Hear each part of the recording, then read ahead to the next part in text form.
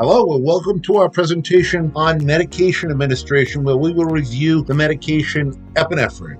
Epinephrine is an endogenous catecholamine bronchodilator and vasopressor. Endogenous simply means it's produced or synthesized within the organ or the system. Catecholamine simply means any various amines like epinephrine, norepinephrine, and dopamine that function as hormones or neurotransmitters or both. We can start by breaking the word epinephrine apart. The prefix epi means upon. The root nepher refers to nephros, the Greek for kidney, and the suffix -ine, pertaining to the Greek or Latin of or pertaining to or of the nature of. You may ask yourself, what does epinephrine have to do with the kidneys? Well, the adrenal glands sit on top of the kidneys. Adrenaline is synthesized in the adrenal medulla and is released into systemic circulation with other neurotransmitters such as norepinephrine. So it may be fair to say that epinephrine is synthetic adrenaline. We're going to discuss a little bit of pathophysiology, and we're going to start with the autonomic nervous system. The autonomic nervous system is subdivided into two branches, the sympathetic nervous system and the parasympathetic nervous system.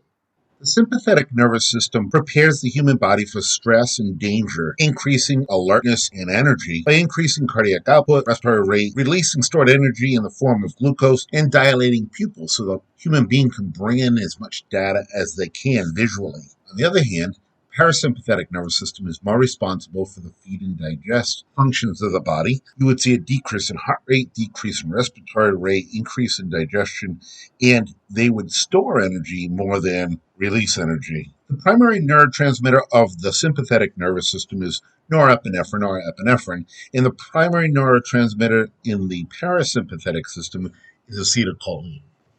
There are three components that largely influence blood pressure, cardiac output, and mean arterial pressure. The heart, vessels, and the fluid. The heart serves as the body's pump, the vessels serve as the body's container, and blood products and other fluids serves as the fluid contained within that system.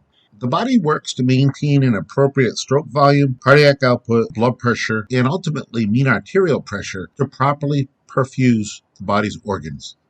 The respiratory system is largely dependent upon the appropriate diameter of the structures involved in bringing air from the environment to the alveoli. There are certain medical conditions that cause those to constrict: asthma, anaphylaxis, or in children, croup, bronchiolitis. We will discuss four adrenergic receptors in this presentation: alpha-1, alpha-2, beta-1, and beta-2. Alpha-1 receptors stimulate all smooth muscle and glands pertaining to the sympathetic nervous system, particularly in the CNS and peripheral veins.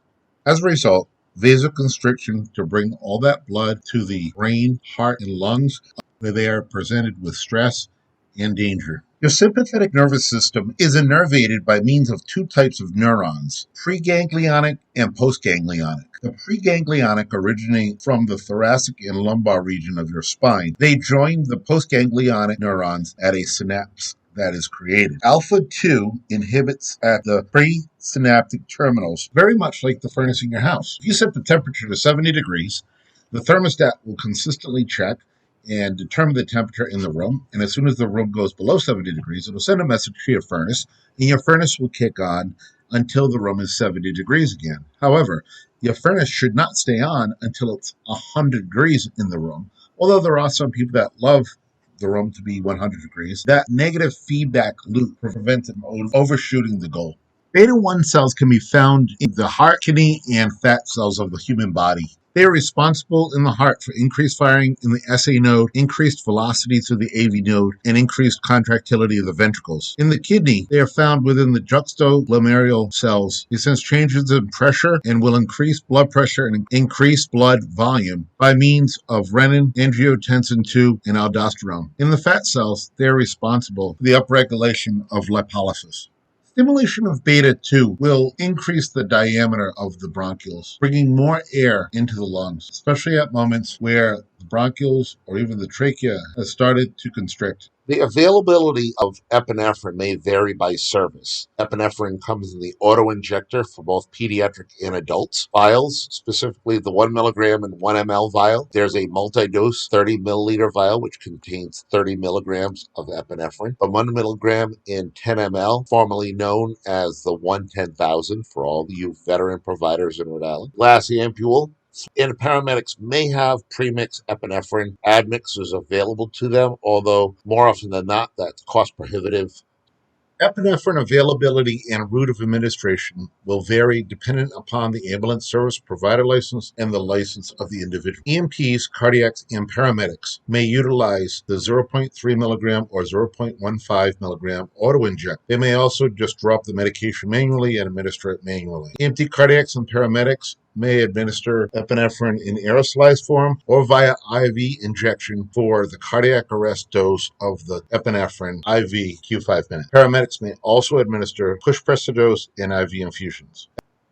Rhode Island Statewide EMS Protocol 2.04, allergic reaction, anaphylaxis. The adult dose is 0.3 milligrams intramuscularly. This is for patients greater than 30 kilograms or 66 pounds. The pediatric dose is 0.15 milligrams intramuscularly.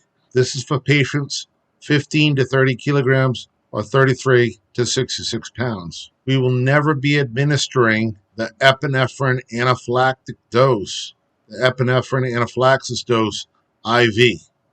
Rhode Island Statewide EMS Protocol 2.08, respiratory distress, asthma, COPD, RAD, in particular asthma in extremis. This is for EMT cardiac and paramedic level providers. Cardiacs need to call medical control prior to administering this medication. The adult dose is 0.3 milligrams intramuscularly.